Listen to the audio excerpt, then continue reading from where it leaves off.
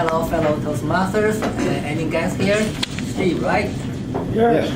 Okay, and I like this club too because I can practice my speaking. That's the reason I come here, right? And today my topic is mercury pollution. So everybody has any idea about mercury and its pollution? Oh, quite some.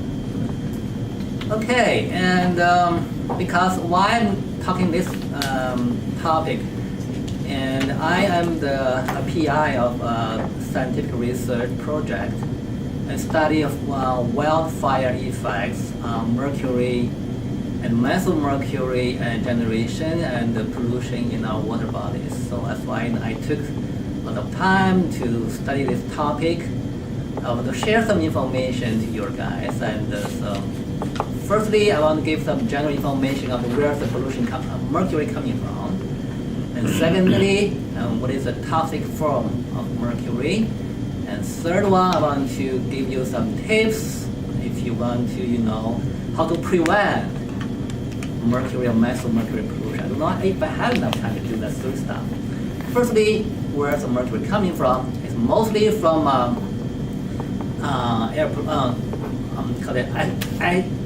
atmospheric deposition from the air. And where's the mercury from that to the air? Mostly from coal-fired power plants. And it's a cycle there.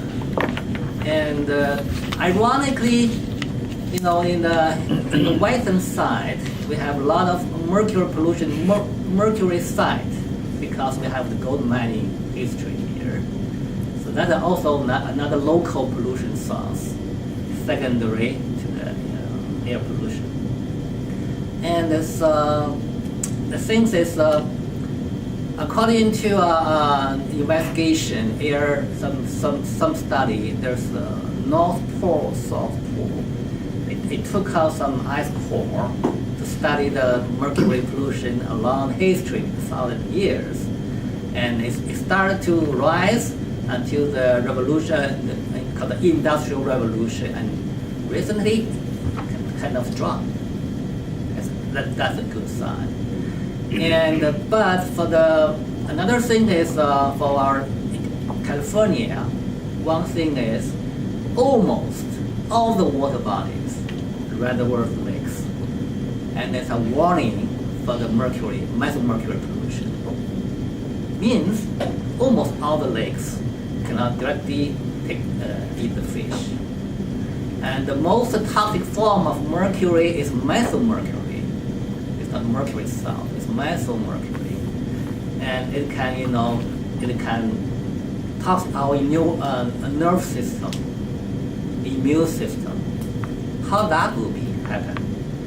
And the methyl mercury can bioaccumulate in the fish or 10 times, one magnitude, one step further. For example, you have a mercury in the water body, so microbiome, some small fish eat the mercury, methyl mercury, and the big fish eat the small fish. It'll be 10 times accumulation, every time, 10 times. That's why even a minimum methyl mercury in water body, environment, it may cause trouble, really harmful when people eat fish. That's why it's the most important fish, and this is the tuna, one of the tuna. So people not going out to have what do you call this, restaurant to eat fish. I'll try to want tuna, and this because it's easy to accumulate. And when you eat fish, try to eat fish from the deep sea and ocean, and cut the head, because the head is a part to accumulate most mercury, methyl mercury. And another one is, and I don't know how many of you have a feelings of teeth, and try not to use mercury to feel, because we have the choice now. We have the choice. And the mercury in your mouth, stay there for 20 years, 30 years, can really harm you.